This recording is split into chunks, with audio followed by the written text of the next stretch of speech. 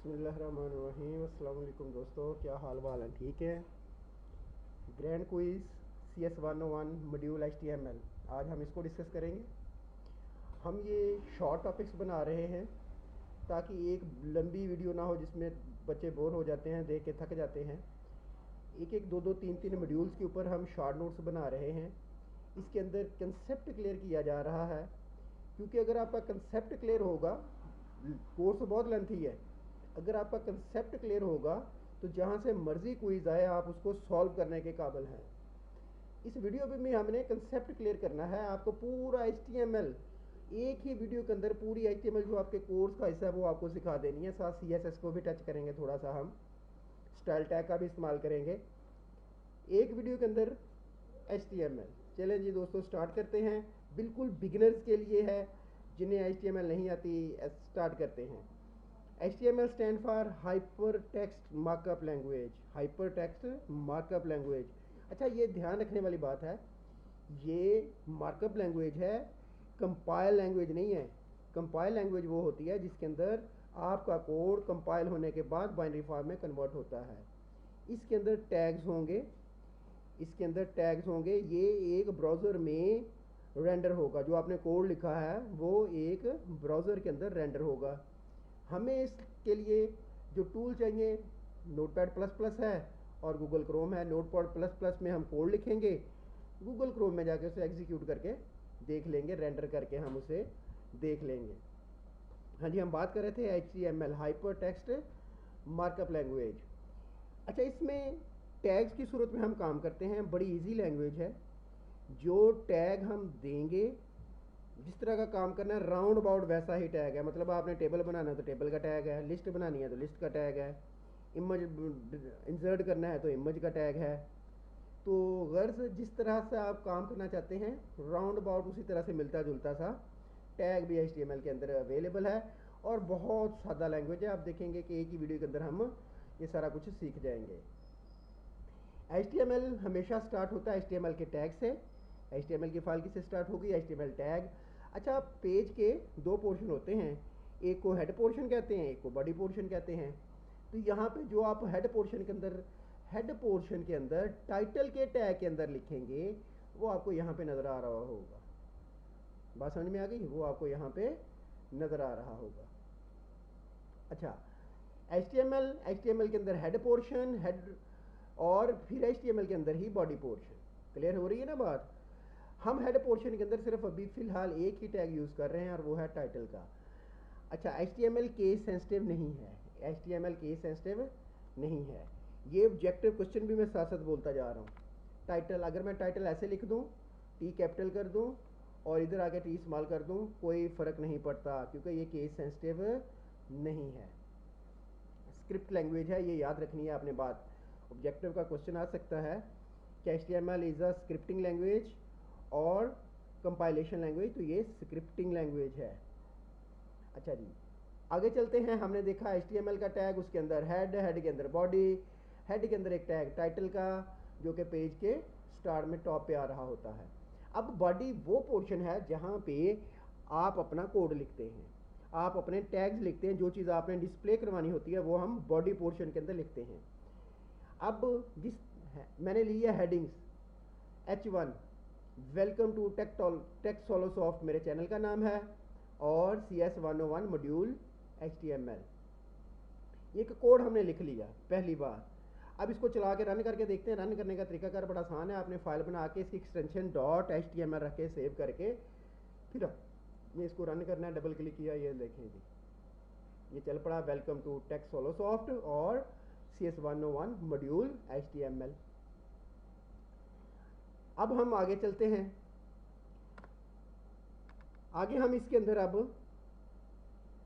देखते हैं कि हेडिंग के अंदर H1 जो थी सबसे बड़ा फॉन्ट होता है और H6 जो होता है सबसे छोटा फॉन्ट होता है। वो करके देख लेते हैं।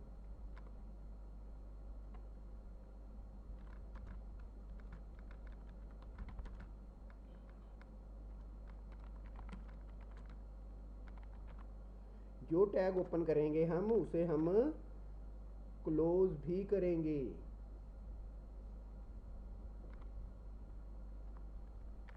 क्लोजिंग टैग की क्या सिंबल होती है, साथ स्लैश लग जाता है, साथ स्लैश लिख देते हैं। कंट्रोल एस, उसी को जो आके आप रिफ्रेश करके देख लें, ये देखिए जी स्मॉलेस्ट नज़र आ गया जी। ये H1 है और ये कौन सा है, H6। ये होते हैं टैग, और बाकी इन दोनों के बिटवीन आएंगे। आपको जितना बड़ा फॉन्ट साइज चाहिए होगा वो आप उस हिसाब से H का इस्तेमाल कर सकते हैं। अच्छा आगे चलते हैं। अब हम इसके अंदर टेबल बनाना सीख लेते हैं, बड़ा सादा है। अगर हमने HTML के अंदर टेबल बनाना है तो अच्छा चलें कुछ एट्रीब्यूट्स का भी इस्तेमाल कर लें। Body BG colour, BGCOLO colour equal कोई भी नाम देते हैं, इसे एट्रीब्यूट कहते हैं। जो टैग के साथ आप इजाफा लिखते हैं इसे एट्रीब्यूट कहते हैं। तो मैंने दे दिया सियान, CYAN सियान। तो चेक करके आते हैं इसका क्या इफेक्ट हुआ हमारे फाइल के ऊपर। ये देखेंगे बैकग्राउंड का कलर बदल गया। तो क्या कमांड थी, BG कलर सियान। आगे चलते हैं जी। पैराग्राफ हम बनाते हैं। अब पैराग्राफ के लिए टैग है जी PAQUICK quick BROW brown fox jumps over the lazy dog. AQUICK quick brown fox jumps over the lazy dog.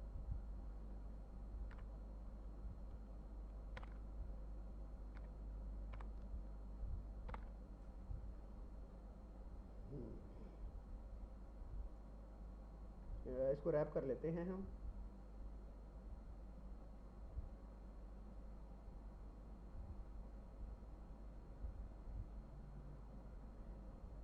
चलेंगे ताकि वो हमें स्क्रीन में ही नज़र आए। ये हमने एक पैराग्राफ बना लिया।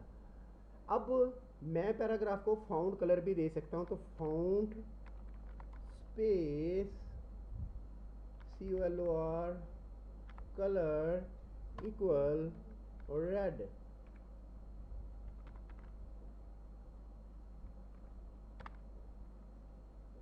क्लियर हो गई जी बात। फाउंट पैराग्राफ मैंने लिखा, फिर मैंने एक टैग यूज़ कर लिया font colour equal to red. अब देखिए मैंने ये इसलिए किया था कि ये P के जो टैग पहले खुलेगा वो बाद में बंद होगा, तो इसलिए अब स्लैश फाउंट का टैग मैं यहाँ पे क्लोज कर रहा हूँ। स्लैश फाउंट P को भी इधर कर देता हूँ ताकि आपकी आसानी रहे। ये लें, एक इंडेंटेशन भी दे देता हूँ ताकि आपको क्लियर नजर आए कि एक मैंने पैराग्राफ लिया था फिर उसके अंदर मैंने फाउंड का टैग ले लिया। तो चलें जी इसको जाके चेक करके आते हैं। अब हम ये देखेंगे,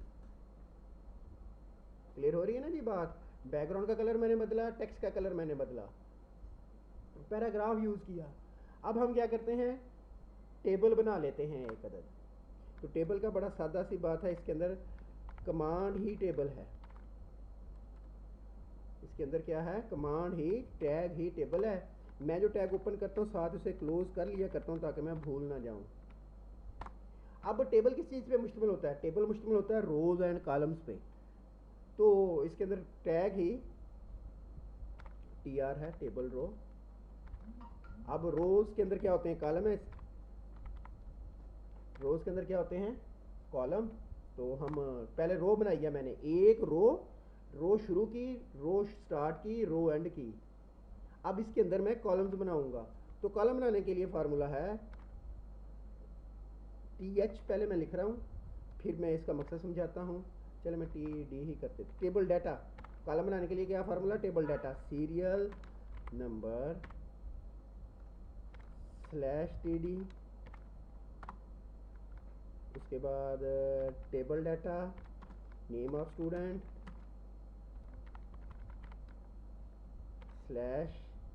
/TD। हाँ जी, ये मैंने 2 कॉलम बनाए, सिर्फ आपको अब मैं टेबल दिखा के लाने के लिए इसको सेव कर रहा हूँ ताकि मैं दिखाऊँ अब तक हमने क्या कर लिया।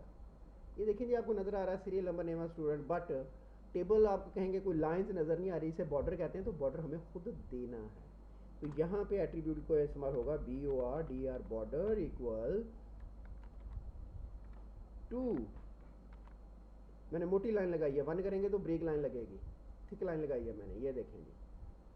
ये एक रो 2 कॉलम, तो एक और कॉलम ले लेते हैं जी, तो क्यों ना हम इसी को कॉपी भी कर सकते हैं, कंट्रोल सी, कंट्रोल वी, और यहाँ पे हम बदल के रख देते हैं नेम ऑफ स्टूडेंट की जगह पे obtain marks, OBTN obtain marks. ये हमारा क्या बन गया जी, एक टेबल बना, उसके अंदर अभी एक रो है और 3 कॉलम है, इसी को कॉपी कर लेना है, control C, enter, control V, ये दूसरी रो बन रही है।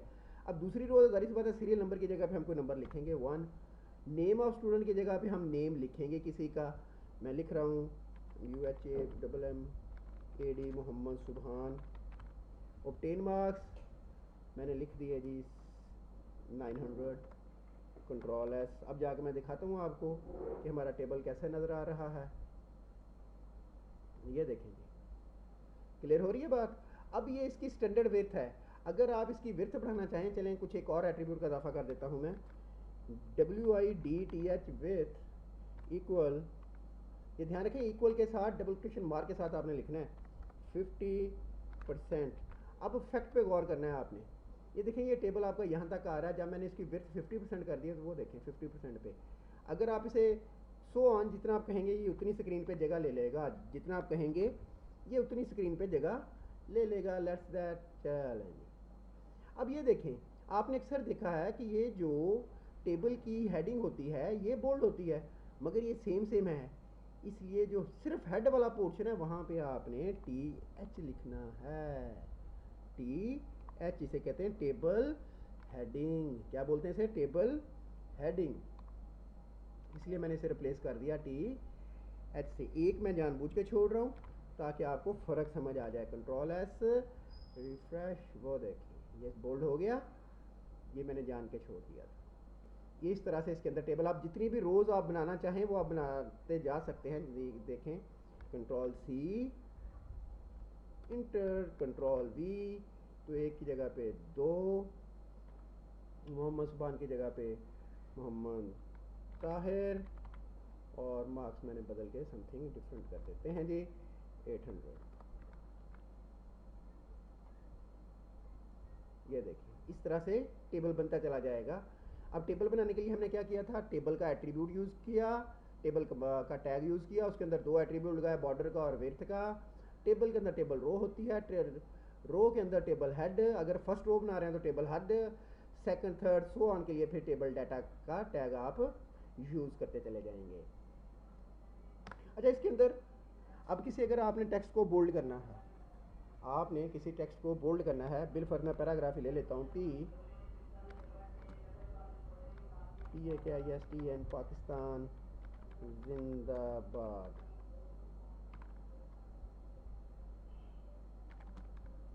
इस्लाम जिंदाबाद।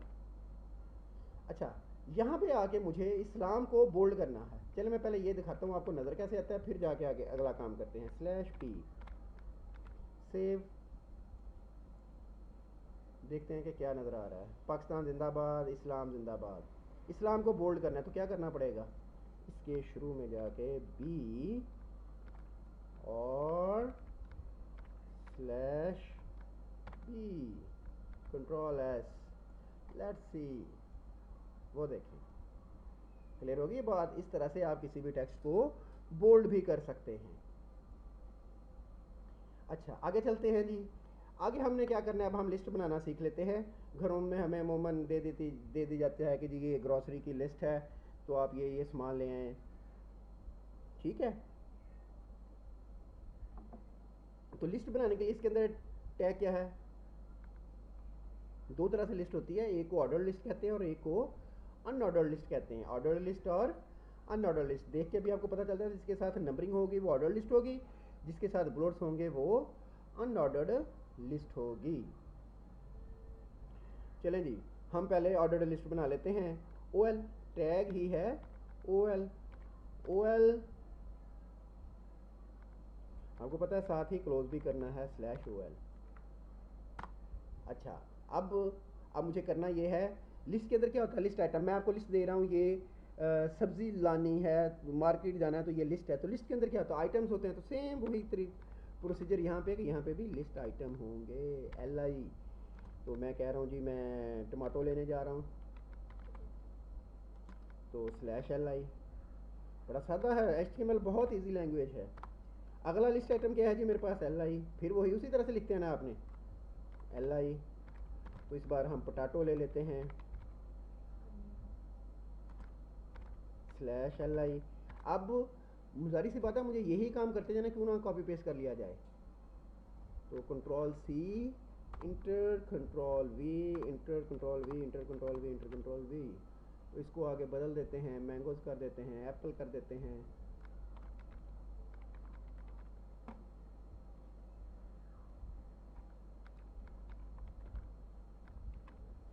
ये मैं बहुत शॉर्ट कर रहा हूँ, क्योंकि आपको आना है ऑब्जेक्टिव पेपर होना है। तो उस लिहाज से आपको ये देखें, ये लिस्ट बन गई। ये कौन सी लिस्ट बनी, ये बनी ऑर्डर्ड लिस्ट, क्योंकि इसके साथ नंबरिंग है। अब अनऑर्डर्ड लिस्ट कैसे बनाते हैं, बहुत आसान तरीकाकार है। सारा कुछ वही रहेगा, सिर्फ ये UL की जगह पे OL की जगह पे UL लग जाएगा। Ctrl+C, inter, inter, Ctrl+V।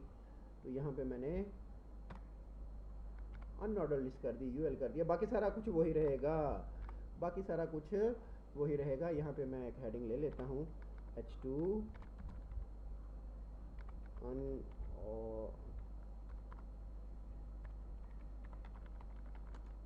List /H। मैंने मैं जानबूझ के बड़ा डाला ताकि आपको पता चले कि ये लैंग्वेज केस सेंसिटिव नहीं है। सेव, रिफ्रेश, देखें जी अनऑर्डर लिस्ट बन गई। अब इसके साथ बुलेट्स लग गए, ऑर्डर लिस्ट थी तो साथ नंबर्स थे। अच्छा, अभी तक हमने इमेज ऐड करना नहीं सीखा, अभी तक हमने इमेज ऐड करना नहीं सीखा। चले जी इमेज ऐड करना सीखते हैं। इमेज ऐड करने के लिए कमांड है img। आगे आपसे पूछता है सोर्स क्या है। सोर्स मतलब कि आपका इमेज कहाँ पे पड़ा हुआ है। अब बड़ा आसान तरीका मैं आपको बताता हूँ, जहाँ पे भी आपका इमेज पड़ा हो। ये देखें, आप मुतलका फोल्डर पे जाएं। चलें जी चलते हैं 601। चलें जी यही हम कोई फोल्डर उठा लेते हैं। ये हम लोकेशन है हमारी, यहाँ से ऐसे लोकेशन ले लेते होते हैं। इसको मैंने कॉपी कर लिया। इसके अंदर 1 2 3 नामी इमेज पड़ा हुआ है, 1 2 3 नामी इमेज पड़ा हुआ जिसकी एक्सटेंशन PNG है। तो सोर्स Ctrl+V।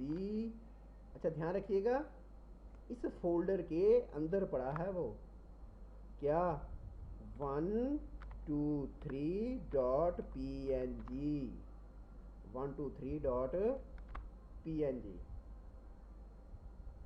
हाँ जी, मेरा ख्याल है बात समझ में आ गई होगी। और ये क्लोज कर दिया हमने।